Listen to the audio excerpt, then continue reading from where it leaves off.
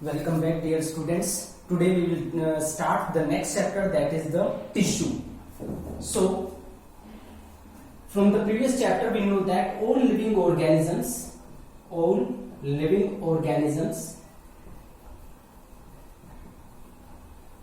are made up of cells. Last chapter में हमने study किया था कि जितने भी लिविंग ऑर्गेनिजम्स है सभी सेल से बने होते हैं. अब नंबर ऑफ सेल्स के बेसिस पे, on the basis of number of cells, organisms are of two types, unicellular and multicellular. On the basis of number of cells, organisms are of two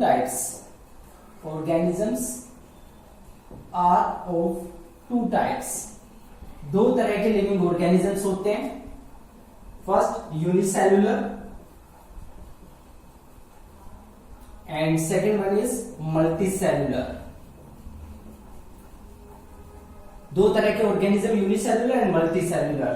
now in case of unicellular means which are composed of single cell, जो एक single cell से बने होते हैं. और यहां पे single cell perform all the basic functions of the life. Means इनके अंदर जो सिंगल सेल है वो लाइफ के सारे बेसिक फंक्शंस परफॉर्म करती है. Here a single cell perform all basic functions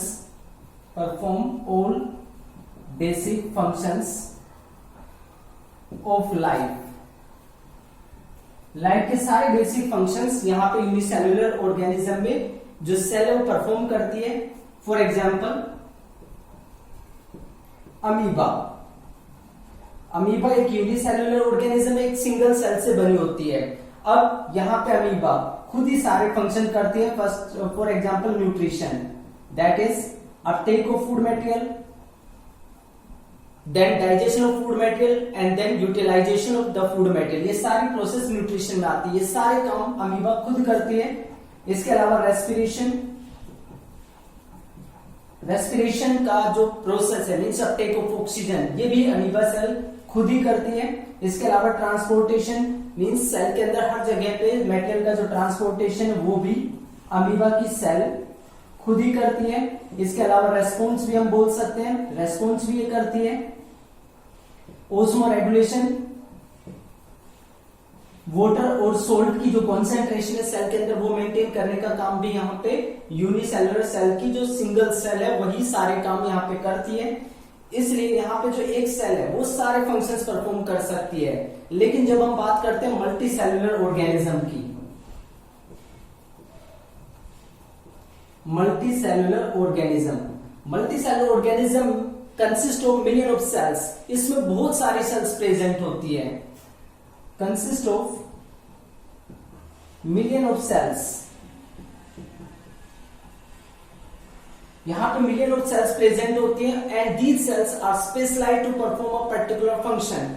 ये सारी सेल एक ही काम नहीं करती हैं, लेकिन एक ग्रुप में डिजाइन होती है एक पर्टिकुलर फंक्शन परफॉर्म करने के लिए. सारी जो सेल है सभी तरह के फंक्शन नहीं करती है. एक पर्टिकुलर फंक्शन को परफॉर्म करने के लिए जो सेल्स हैं वो स्पेशलाइज्ड हो जाती हैं. Here cells get specialised to perform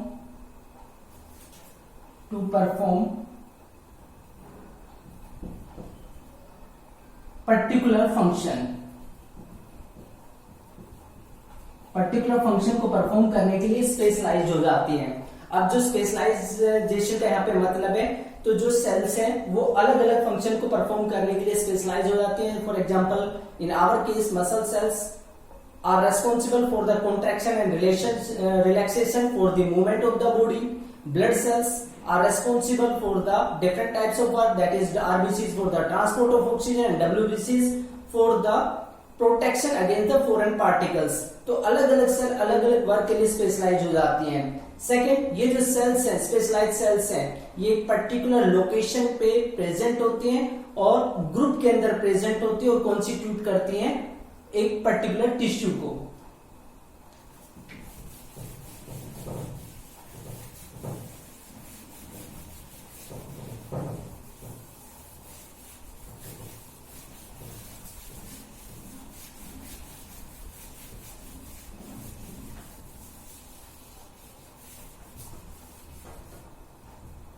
specialized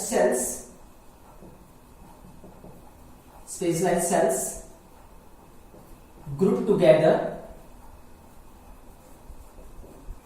at particular position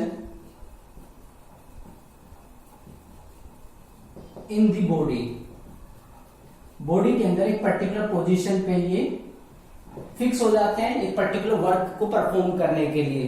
अब अलग अलग तरह के टिश्यू प्रेजेंट होते हैं हमारी बॉडी के अंदर भी। फॉर एग्जांपल ब्लड, जिसका काम है ट्रांसपोर्ट करना। इसके अलावा ब्लड के अलावा जो टिश्यू हमारे अंदर प्रेजेंट होता है, जैसे नर्वस टिश्यू।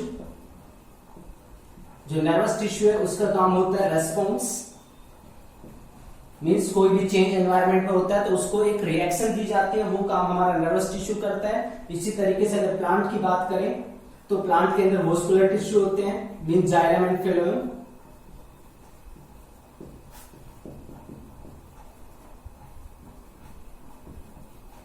ये ट्रांसपोर्ट में हेल्प करते हैं, transport of food material, transport of food and water.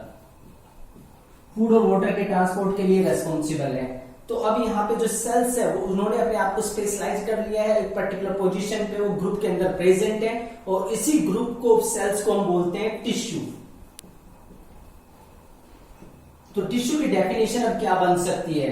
A group of similar cells, group of similar cells और cells having a common origin, means कुछ केस में डिसिमिलर सेल्स का group भी हो सकता है जो एक पर्टिकुलर फंक्शन करता है। A group of similar sales which perform a common function or a particular function, that group of cell is known as tissue, is known as tissue। Similar cell का एक ग्रुप जो एक common function को करता है उसको हम बोलते हैं टिश्यू। तो यहाँ पे टिश्यू में सिमिलर सेल का ग्रुप होता है। हालांकि प्लांट में एक जगह पे हम पढ़ेंगे जहां पे सेल्स डिसिमिलर टाइप के होते हैं, लेकिन अराइज एक ही जगह से होती है, एक ही जगह से अराइज होने की वजह से और एक ही फंक्शन परफॉर्म करने की वजह से उनको भी हम टिश्यू की कैटेगरी में रखते हैं। अब जो नेक्स्ट पार्ट आता है कि क्या प्लांट और एनिमल का स्ट्रक्चर एक जैसा है, क्या प्लांट और एनिमल के टिश्यू दोनों एक जैसे हैं? तो एक्चुअल में इनके अंदर बेसिक डिफरेंस लाई करता है। प्लांट और एनिमल टिश्यूज के बीच में किस तरह का डिफरेंस होता है?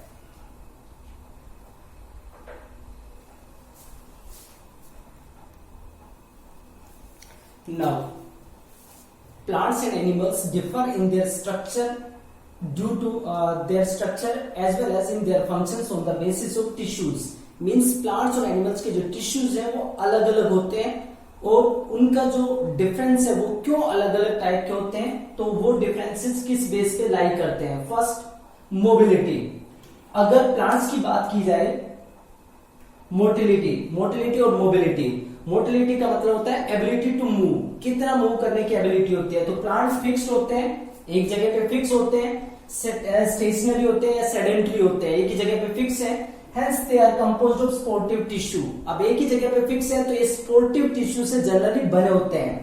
Sportive tissue provide structural strength. जो स्पोर्टिव टिश्यू होते हैं वो स्ट्रक्चरल स्ट्रेंथ प्रोवाइड करते हैं। और जो डेड सेल्स हैं that can provide better mechanical strength. अब स्पोर्ट प्रोवाइड कर रही है तो स्पोर्ट के लिए या मैकेनिकल स्ट्रेंथ के लिए अगर डेड सेल्स होंगी तो ज्यादा स्ट्रेंथ वो प्रोवाइड कर सकते हैं as compare to living cells. For example, अगर हमें 2 kg वेट अपने हैंड पे इस तरीके से रखना पड़े कम से कम 2 या 5 मिनट या 10 मिनट, तो हमारा हाथ कुछ ही टाइम के बाद डाउन होने लगेगा क्योंकि मसल्स फटीक हो जाएंगी, थक जाएंगी। लेकिन अगर हम डेड थिंग्स की बात करें या जैसे प्लांट्स की भी बात करें तो प्लांट्स के ऊपर जैसे जो ब्रांचेज होती है, मोटी ब्रांचेज होती हैं, उसके ऊपर काफी सारी चीजें जैसे कोई रस्सी बांध कर अगर कोई चीज लटका दी जाए तो वो उस वेट को लगातार बियर करते हैं, वो नहीं थकते हैं। तो यहाँ पे मैकेनिकल स्ट्रेंथ के लिए प्लांट के अंदर ज्यादातर सेल्स डेड होती हैं। डेड सेल्स को मेंटेनेंस की रिक्वायरमेंट भी कम होती है, तो ये बेसिक डिफरेंस है। जबकि एनिमल्स की बात करें तो एनिमल्स के अंदर मोटिलिटी होती है, यानी कि वो मोटिलिटी शो करते हैं फॉर फूड, खाने के लिए, शेल्टर, रहने की जगह ढूंढने के लिए, एंड मेट, मीन्स अपना जो पार्टनर है उसको सर्च करने के लिए। Hence they are made up of living cells, इसलिए जनरली लिविंग सेल्स से बने होते हैं।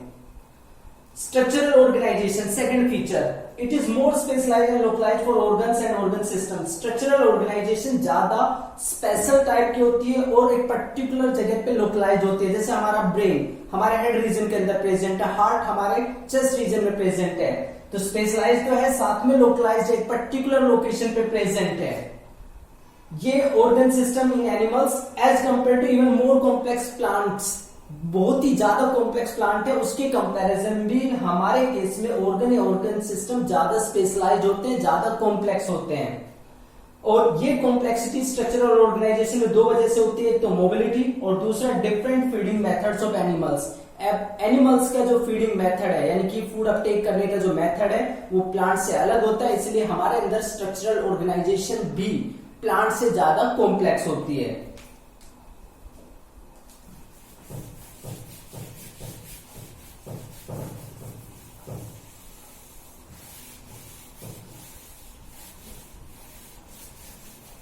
Now the third characteristic, that is growth pattern. Growth pattern, plant के अंदर जो ग्रोथ पैटर्न है वो किस तरीके से होता है, तो प्लांट के अंदर जो ग्रोथ पैटर्न है that is non uniform. Plant के अंदर ग्रोथ पैटर्न नॉन यूनिफॉर्म होता है, मींस सारे पार्ट एक ही स्पीड से एक ही पेस से ग्रो नहीं करते हैं। All parts of plant do not grow with same speed, एक ही स्पीड से वो ग्रो नहीं करते हैं। प्लांट के केस में जो ग्रो करने वाले टिश्यू है और जो नॉन ग्रोइंग टिश्यू है वो अलग अलग लोकेशन पे प्रेजेंट होते हैं, यानी कि ग्रोइंग और नॉन ग्रोइंग टिश्यू का डिफरेंशिएशन होता है। Plant body is differentiated into growing and non growing। Growing और नॉन ग्रोइंग पार्ट्स के अंदर डिफरेंशिएट होती है। अब जो ग्रोइंग पार्ट है, ग्रोइंग पार्ट के लिए जो टिश्यू रेस्पॉन्सिबल होते हैं उनको हम बोलते हैं मेरिस्टेमेटिक टिश्यू, और जो नॉन ग्रोइंग पार्ट है वहां पे प्रेजेंट होते हैं परमानेंट टिश्यूज। इसका मतलब क्या हो कि जो प्लांट है, प्लांट की बॉडी डिवाइडिंग और नॉन डिवाइडिंग टिश्यूज के अंदर डिफरेंशिएट होती है, जबकि एनिमल की जो बॉडी होती है वो इस तरीके के टिश्यू में डिफरेंशिएट नहीं होती है। Animal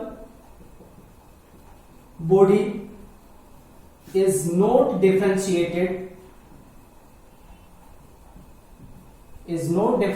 into dividing and non dividing tissues. इस तरीके से वो डिफरेंशिएट नहीं होती है, यानी कि हमारी बॉडी या दूसरे किसी एनिमल की बॉडी की बात करें तो वहां पे यूनिफॉर्म पैटर्न ऑफ ग्रोथ होता है। यूनिफॉर्म पैटर्न मीन्स बॉडी के सभी पार्ट एक ही स्पीड से ग्रो करते हैं। ऐसा नहीं होगा कि एक पार्ट बहुत ज्यादा स्पीड से ग्रो करे और दूसरा काफी स्लो स्पीड से ग्रो करे। जैसे हमारे फिंगर से ऐसा नहीं कि पर्टिकुलर टाइप के थंब का ग्रोथ होगा, बाकी फिंगर स्टॉप रहेंगी ग्रोथ में, बल्कि जब ये ग्रोथ होगा तो सारी फिंगर एक साथ ही ग्रो करती हैं। तो हमारे केस में यूनिफॉर्म ग्रोथ होता है, जबकि प्लांट के केस में नॉन यूनिफॉर्म ग्रोथ होता है, क्योंकि वहां पे बॉडी में डिवाइडिंग और नॉन डिवाइडिंग टिश्यू के बीच में डिफरेंशिएशन होता है।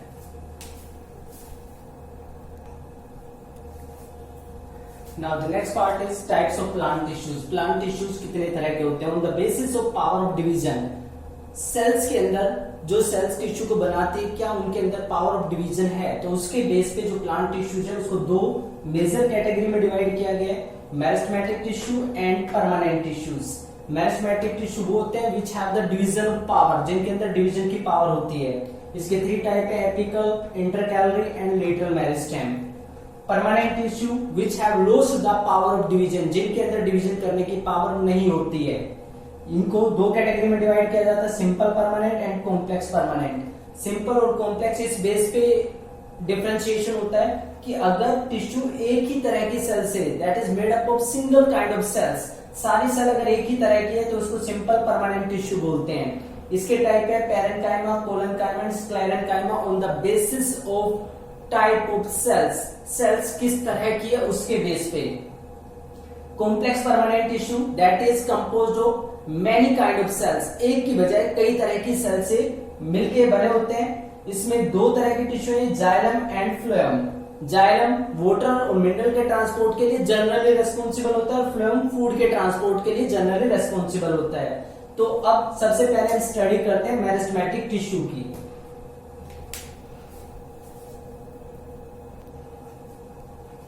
So first of all meristematic tissue.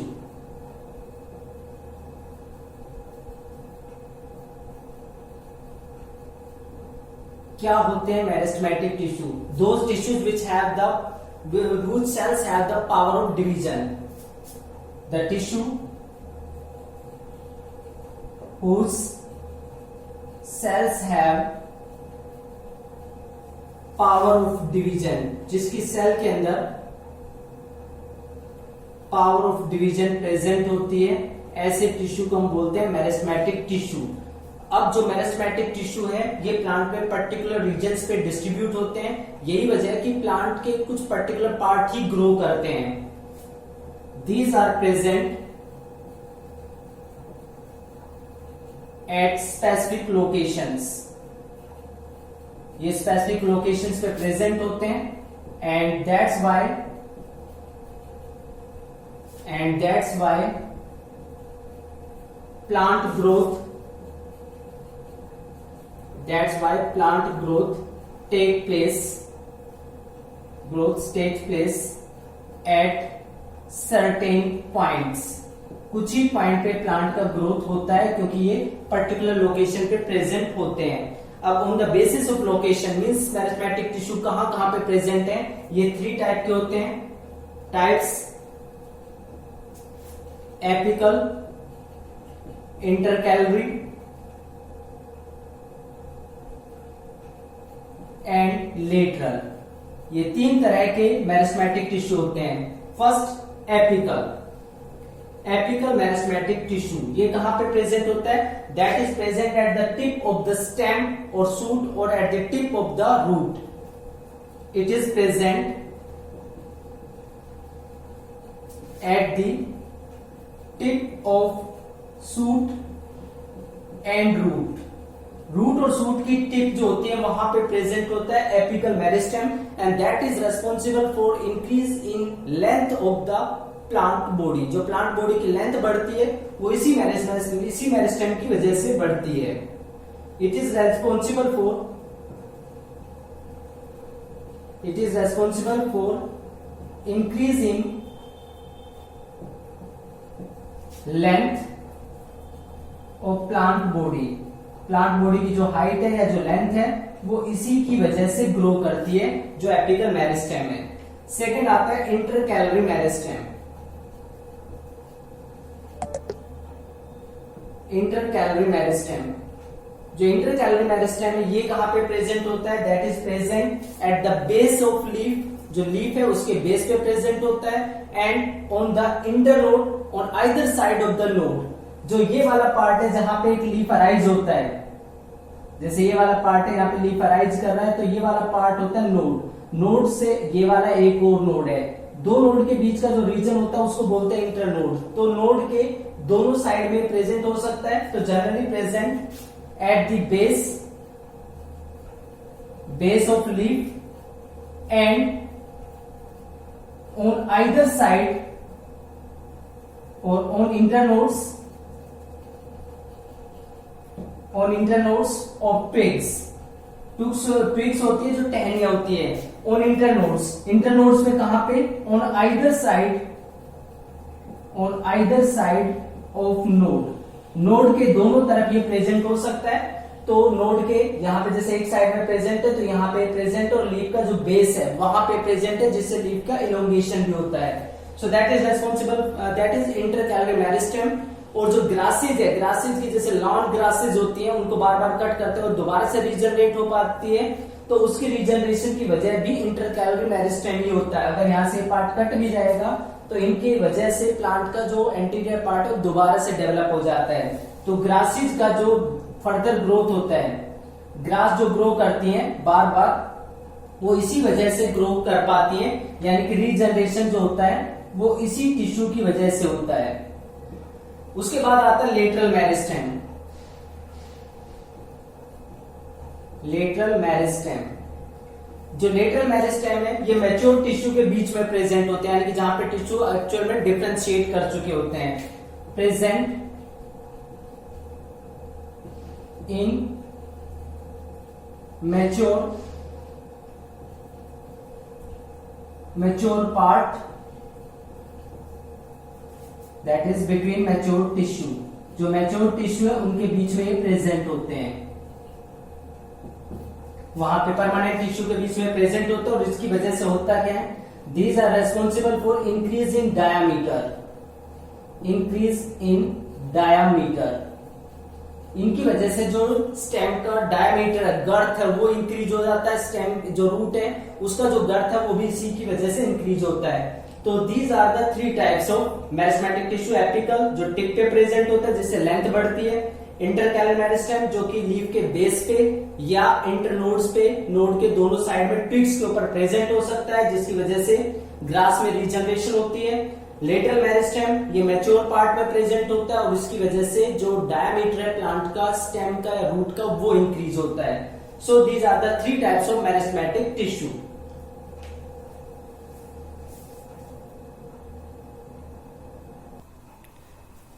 Now these are the various characteristics of the meristematic cells. Means meristematic tissue किन cells से बना होता है, उन cells की characteristics क्या है। First, all cells are living. सारी की सारी cells living होती हैं। Second, they are small in size. बाकी cell के comparison में काफी छोटी होती हैं। They have dense cytoplasm. जो cytoplasm है वो काफी गाढ़ा होता है इनका। They have prominent nucleus. जब माइक्रोस्कोप से देखते हैं तो न्यूक्लियस क्लियरली विजिबल हो जाता है, प्रोमिनेंट होता है। और उसके बाद हैव थिन सेल वॉल, इनकी सेल वॉल काफी पतली होती है, सेलुलोज की बनी होती है, क्योंकि इनको बार बार डिवाइड करना होता है। और इसके अलावा दे लैक सेल वैक्यूल, इनके अंदर कोई वैक्यूल नहीं होता। इसकी वजह ये होती है कि इनको बार बार डिवाइड करना होता है और डिवाइड करते ही ये डॉटर सेल में चेंज हो जाती है। अब जब ये मैच्योर सेल ही नहीं बन रह पाती हैं तो इनके अंदर कोई वेस्ट भी जनरेट नहीं होता, और दूसरा ये अनमोडिफाइड है, इसलिए कोई वेस्ट जनरेट करके उसको स्टोर करने की जरूरत नहीं पड़ती। So that is all about the meristematic tissue.